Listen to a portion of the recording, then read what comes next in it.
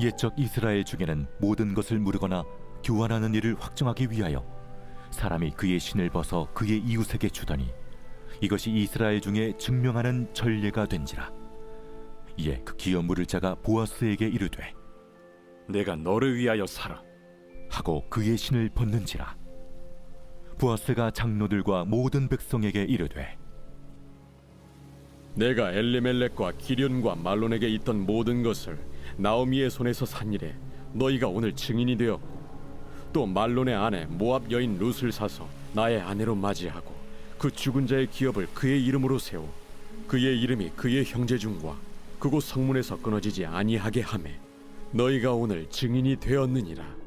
하니 성문에 있는 모든 백성과 장로들이 이르되 우리가 증인이 되나니 여호와께서 내 집에 들어가는 여인으로 이스라엘의 집을 세운 라헬과 레아 두 사람과 같게 하시고 내가 에브라스에서 유력하고 베들레헴에서 유명하게 하시기를 원하며 여호와께서 이 젊은 여자로 말미암아 내게 상속자를 주사 내 집이 다말이 유다에게 낳아준 베레스의 집과 같게 하시기를 원하노라. 할렐루야. 오늘도 미라클 RT로 하루를 시작하시는 사랑하는 천안심리교회 모든 성도님들을 진심으로 환영하고 축복합니다. 오늘 우리에게 주실 하나님의 말씀으로 승리하시는 복된 하루가 되기를 간절히 소망합니다. 결혼을 앞둔 남자가 여자를 위해서라면 뭐든지 하겠다는 마음으로 밤하늘의 별이라도 따다주겠다는 말을 합니다. 즉 사랑하면 뭐든지 할 수 있다라는 말이죠. 그런데 사실 사랑은 아무나 할 수 있는 것은 아닙니다. 왜냐하면 사랑은 반드시 희생과 낭비 그리고 책임이 따르기 때문입니다. 부모가 자녀를 사랑하는 모습을 보면 그렇죠. 아이가 아플 때 부모는 밤새 한숨도 자지 못한 채 곁을 지킵니다. 좋은 것을 먹이고 입히기 위해 자신의 필요는 뒤로 미루며 기꺼이 지갑을 열니다. 누가 시켜서 하는 것이 아닙니다. 계산해서 하는 것도 아닙니다. 사랑하니까 그렇게 하는 것입니다. 누군가는 그렇게까지 하냐고 본인 인생을 살아가라고 할지 모릅니다. 하지만 부모님의 마음에는 오직 자녀 생각뿐인 거죠.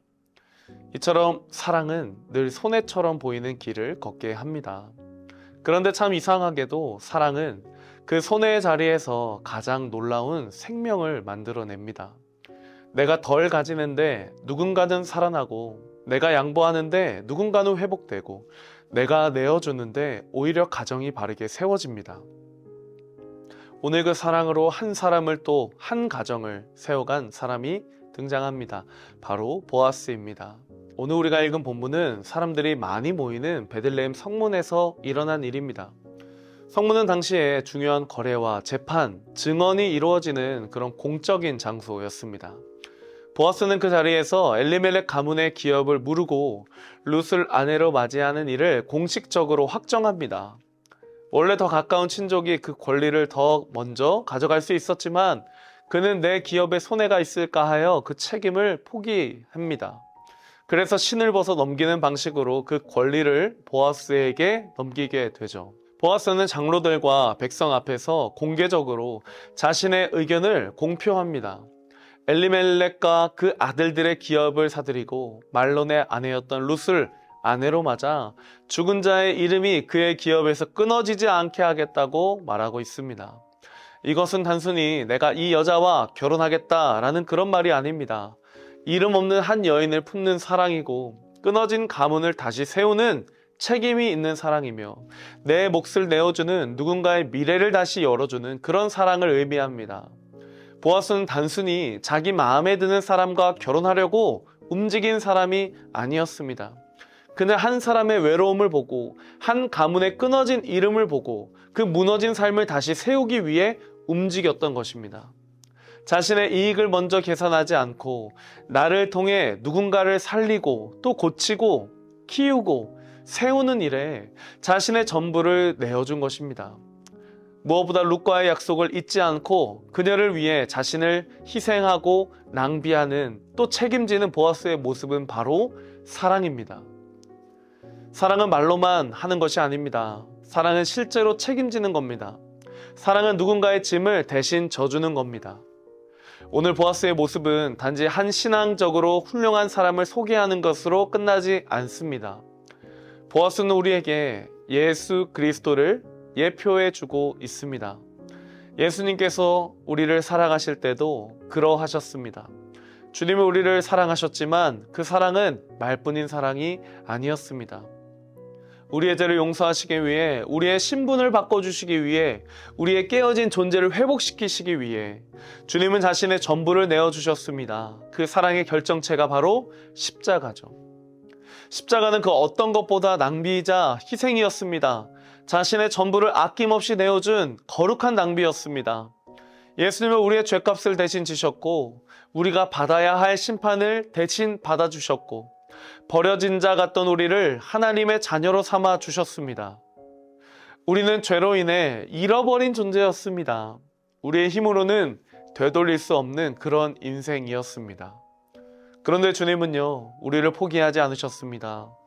정죄받을 죄인을 의롭다 하여 주시고 멀리 있던 자를 가족 삼아 주시고 상처 입고 무너진 존재를 다시 세워주시고 회복시켜 주셨습니다. 이것이 우리가 하나님께 받은 사랑입니다. 사랑하는 성도님들, 우리는 롯과 같이 사랑받는 하나님의 자녀입니다. 그런데 문제는 많은 경우 우리가 받은 사랑을 누리는 데서만 멈추고 있다는 겁니다. 주님이 나를 사랑하시고 나를 용서하신 것에 대해서는 굉장히 기뻐합니다. 그러나 주님은 거기서 멈추지 않으시고 더 나아가 우리에게 이렇게 말씀하셨습니다. 요한복음 13장 34절과 35절의 말씀입니다. 새 계명을 너희에게 주노니 서로 사랑하라. 내가 너희를 사랑한 것 같이 너희도 서로 사랑하라. 너희가 서로 사랑하면 이로써 모든 사람이 너희가 내 제자인 줄 알리라. 아멘. 우리가 받은 사랑은 우리 안에 머무는 것이 아니라 흘러가야 하는 사랑입니다. 보아스가 룻을 살린 것처럼 우리도 누군가를 살리는 사람이 되어야 합니다. 때로는 그것이 참 손해처럼 느껴질 수가 있습니다. 내가 먼저 사과하는 것, 또 내가 참고 품어주는 것, 또 내 시간과 물질을 내어 섬기는 것이 낭비처럼 느껴질 수 있습니다. 하지만 사랑은 원래 그렇습니다. 사랑은 계산을 하는 것이 아닙니다. 사랑은 십자가를 바라보며 하는 것입니다. 예수님께서 나를 위해 기꺼이 손해를 보셨다면 이제 우리도 그 사랑의 힘으로 기꺼이 거룩한 낭비를 하는 삶으로 살아가야 합니다. 오늘 하루 우리가 받은 사랑을 기꺼이 흘려보내야 할 곳은 어디일까요? 여러분의 가정과 직장과 또 목장 공동체 안에서 죽을 수밖에 없던 나를 구원해 주시고 또 새로운 축복의 삶으로 살아가게 하신 하나님의 사랑과 은혜를 기억하며 그 사랑을 기꺼이 흘려보내는 우리 모두가 되기를 간절히 소망합니다. 하나님의 나라는 오늘도 그리스도 안에서 거룩한 낭비를 하는 한 사람을 통해 세워지는 줄로 믿습니다. 보아스와 같이 또 예수님과 같이 거룩한 사랑의 낭비를 하는 또 그 낭비를 통해 가정을 살리고 직장을 살리고 교회 공동체와 목장을 살리는 사람이 될 줄로 믿습니다. 손해가 따를지라도 희생이 따를지라도 주님이 우리를 위해 먼저 걸어가신 그 사랑의 길을 따라가는 우리 천안침례교회 모든 성도님들 다 되시기를 예수님의 이름으로 축복합니다. 우리 말씀을 생각하며 함께 기도하겠습니다. 사랑의 하나님 감사합니다. 오늘 말씀을 통해서 하나님 우리를 위해 기꺼이 자신을 내어주신 그 거룩한 낭비를 통해서 우리를 살리시고 또 세워주심에 감사를 드립니다. 우리가 받은 그 사랑을 누리는 것에만 멈추는 것이 아니라 기꺼이 흘려보냄을 통해 우리의 가정과 직장과 우리 교회와 우리 목장 공동체를 살리고 고치고 키우고 또 세워가는 우리 천안침례교회 공동체가 되도록 주님께서 함께하여 주시옵소서. 감사드리며 사랑에 많으신 예수님의 이름으로 기도드립니다. 아멘. 사랑을 나눠요. 사랑을 나눠요. 사랑을 나눠요. 사랑을 나눠요.